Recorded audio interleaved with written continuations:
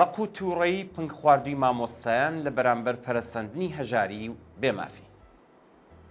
ڕۆژنامەی ئیعتیماد لە ژمارەی 24 پوشپەڕی خۆیدا راپۆرتێکی بە ناونیشانی دەرکردن و سزادانی 20,000 بەڕێوەبەری قوتابخانە لە دەوڵەتی سێنزدەهەمدا کە لەلایەن بەنەفشە سامگیز پەیامنێری ئەم ڕۆژنامەیەوە نووسراوە بڵاو کردەوە کە بە شێوەیەکی گشتی چاوخشاندنێکە بەسەر کارنامەی دەوڵەتی سێنزدەهەمدا و تێیدا چەند گۆشەیەک لەو ڕەنج و ئازارانەی کە ژیانی لە مامۆستایانی زەحمەتکێش تاڵ کردووە خراوەتە ڕوو.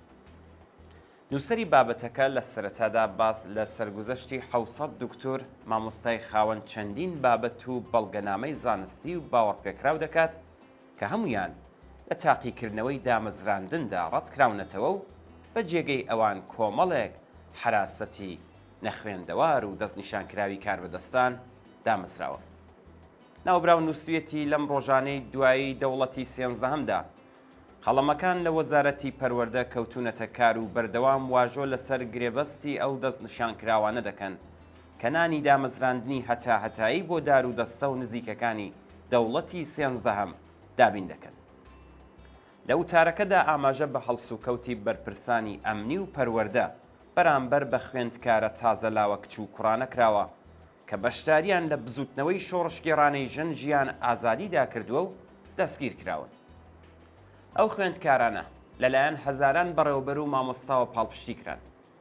ناوبراو هەروە دەنووسێت ئەم هەزاران بەڕێوەبەر و مامۆستایە دەرەنجامی ئەم پاڵپشتیە دڵسۆزانەیان چەند مانگ دواتر بینی کاتێک حکمی دەرکردن، دوورخستنەوە، گرتن، دابەزاندنی پلە، لێبڕینی موچە، گواستنەوەی زۆرەملێ و هەڵپەساردنی زۆرەملەیان بەدەستگەیشت و بە مەبەستی وەڵامدانەوە لەلایەن کومیتەی سەرپێچی ئیداری و کومیتەی دیسیپلینەوە بانکێشکران.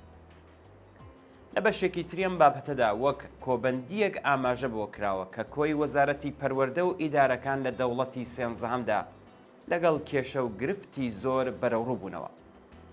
لەو 3 ساڵەدا ژمارەیەکی زۆر لە مامۆستایان لەلایەن دەستگا ئەمنیەکانەوە هەڕەشیان لێکرا.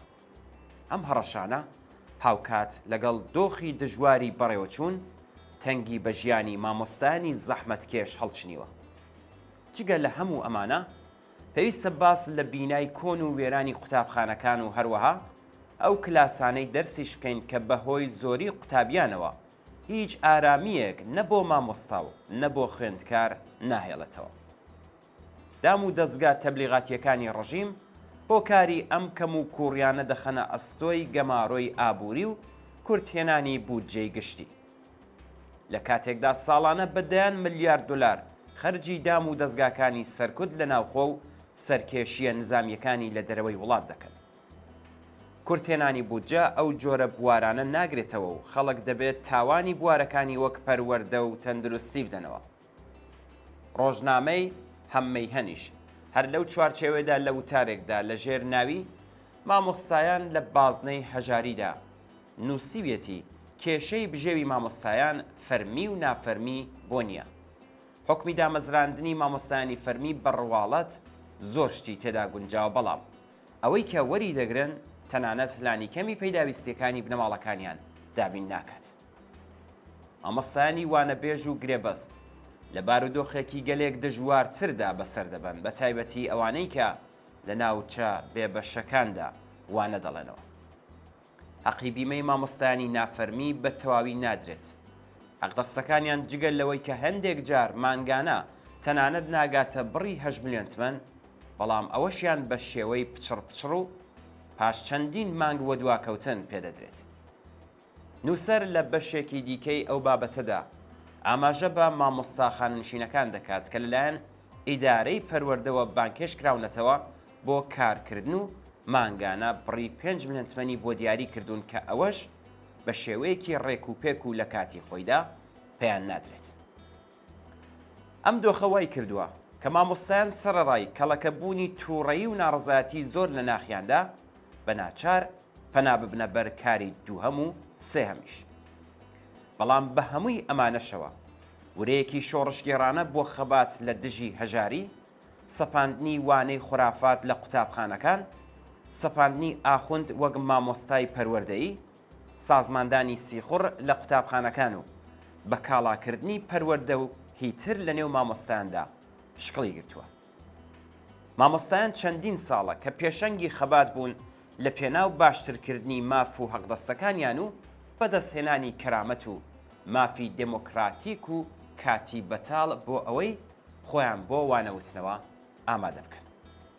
ئەوان هاوکات بەردەوام بوون لەسەر درێژەی خەبات بۆ ئازادی زیندانیانی سیاسی، ناڕزاتی بەرامبەر بە کاڵاکردنی پەروەردە، جیایی دین لە پەروەردە، ئاشکراکردن و لە قاودانی خراپ بەڕێوەبردن، گەندەڵی و هەڵاواردن و هەوڵدان بۆ دابینکردنی پەروەردەی بێبەرامبەری ڕاستەقینە بۆ سەرجەم چین و توێژەکانی کۆمەڵگا.